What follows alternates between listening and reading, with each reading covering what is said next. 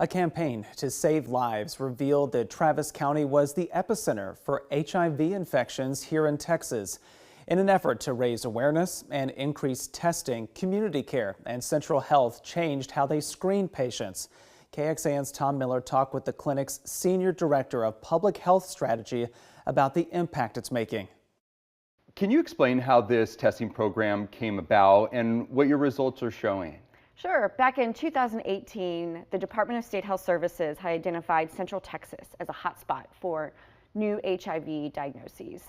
And so we at Central Health, or the Travis County Healthcare District, wanted to make sure that our patients, people with low income, weren't going to slip through the cracks. And so we, along with our community partners, approached the major healthcare providers in Austin, Texas, and serving Central Texas, and asked them to adopt an HIV screening opt-out policy. And why was that so important that you made that change that way? And how did the patients initially respond? So the HIV screening policy, it's exactly what it sounds. So we make HIV screening a routine part of healthcare. So in your annual exam, when you get a blood draw and you're screened for diabetes or cholesterol, you're also screened for HIV. And this helps the patients reduce stigma around HIV screening. It makes it a routine part of healthcare.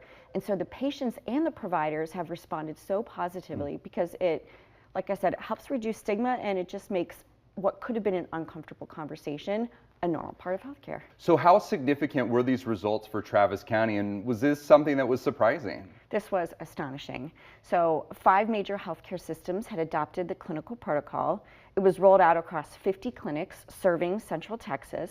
And 5 years later, we checked in to ensure that the clinical policy and the protocols were still standing.